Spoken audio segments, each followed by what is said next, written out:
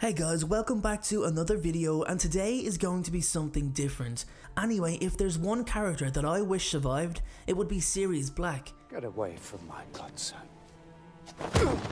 And maybe I'm being a little presumptuous, but I think it's safe to say that many of you would be in on that one too. Sirius Black would be the most sought after character to return from the dead, or maybe just not die in the first place. I think his death was one that probably affected Harry the most, so let's bring it back to that moment at the Ministry and find out what would happen if Sirius Black survived. Welcome back guys, so let's take it back to the moment before Bellatrix fires the killing curse at Sirius. Harry sees Bellatrix shaping herself and screams at Sirius to move. Black quickly dives out of the way as his cousin casts the killing curse, narrowly missing him. So Sirius survives and all is well. With that being said everyone, thank you so much for watching. I'm just kidding guys, trust me when I say a lot of stuff happens if Sirius Black survives. When Sirius came back into Harry's life, the boy finally felt something that he had longed for, that he thought he'd never have, a family. Sirius was his father's best friend, his godfather. He was loyal to James and Lily till the very end. It resonated so much with Harry. Yes, he had the Weasleys and he was very much part of their family, but he always wanted someone closer to home, and that's what Sirius offered. When he died, the warmth that Harry had only began to feel with his godfather's return had now left him for good. But this video isn't about Sirius being dead. This is about him surviving, and that's what I want to talk about today. Everything that would change if Sirius Black survived. So let's keep the flow of the video going. Let's look at the first major change which actually influences a couple of outcomes going forward. If the battle in the Ministry finished how it did, the Minister for Magic, Cornelius Fudge, would still see Voldemort like he did originally, but obviously the Order of the Phoenix would be debriefed and Sirius would have been encouraged to stay and finally clear his name with the backing of Harry and the others. Fudge, already under huge pressure to resign after his public denial of Voldemort's return for an entire year. He's not back. He's back. Would have been heavily advised to listen to Sirius and have him exonerated for the crimes he did not commit. Peter Pettigrew's Order of Merlin would also be rescinded and instead given to Sirius himself. He'd also gain a local celebrity fame for his exoneration and probably offered a book deal, to which I'm sure he turned down. The most important thing to note is that he'd be a free man, finally. If you jump back to the Prisoner of Azkaban for a moment, you'll remember that Sirius asks Harry to live with him one day when he becomes a free man, to be the father figure Harry deserved. Harry was all but ready to pack his belongings and leave the Dursleys immediately, doing both parties a big favour. With Harry moving to Grimmauld Place, it would obviously push Sirius to clean the place up, properly refurbish the derelict premises that had been in his family for so long. With such a detailed cleanup, they would have surely discovered the locket of Salazar Slytherin, which means the place would have never been broken into and ransacked by Mundungus Fletcher in the first place. However, it's also important to note that with Harry leaving Privet Drive, it would also break the protection placed over him that would have lasted until he was 17, which would put him in serious danger. Something that Harry missed a lot in books 6 and 7 was his godfather's advice. He made some stupid decisions. For example, in The Half-Blood Prince, Harry was really distracted by his lack of clarity with Ginny Weasley. He wasn't really sure how to cope with what was happening as he'd so little experience, and Ron's reaction was something that worried him most of all. I think Sirius would have told him to be more on the aggressive side and to just go for it with Ginny. Ron would come round eventually. He was Harry's best friend and would realise that there's nobody better for Ginny than someone he knows has a good heart.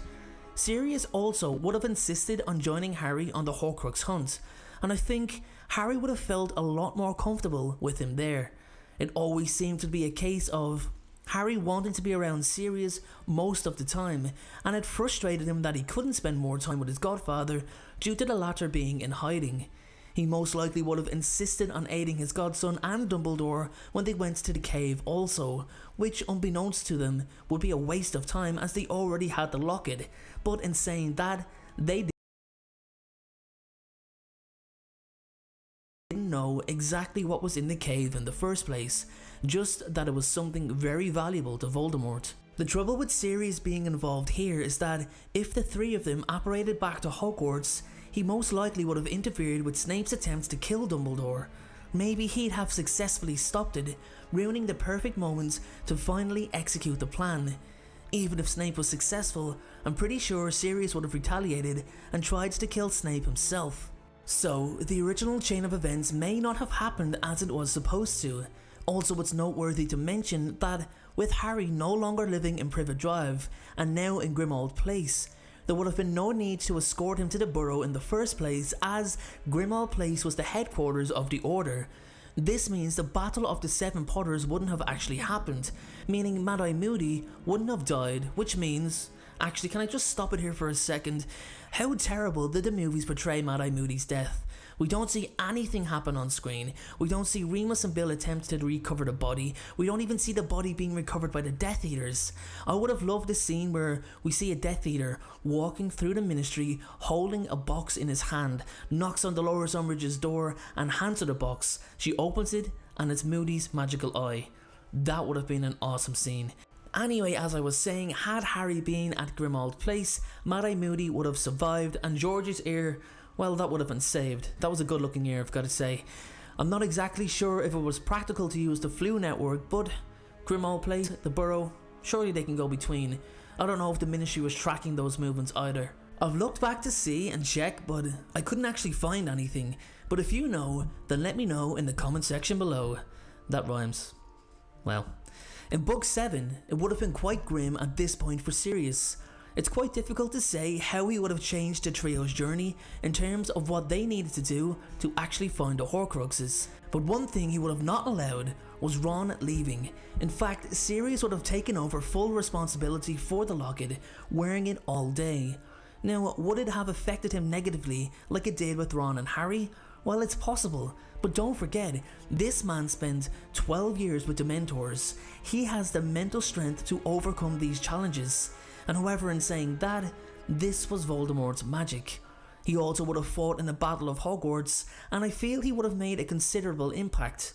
How exactly he would have affected certain outcomes is difficult to say. Maybe he could have been that extra wand that Remus and Tonks needed to save their lives. Maybe he could have pushed Fred Weasley to safety. What I do feel is a certainty is that after learning that Harry was the final Horcrux and needed to die, I think he'd have lost all fear for his own life and fought courageously until the very end. He'd also struggled to watch his godson have a final showdown with Voldemort, wanting to get involved, wanting to protect his family, but he knew it had to be Harry.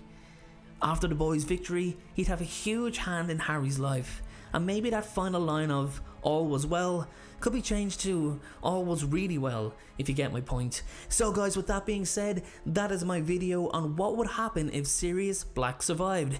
If there's anything else you want to add, then please do so in the comment section below. Thank you again for watching, and I will see you all in the next video. Thank you so much for watching. I truly appreciate your support.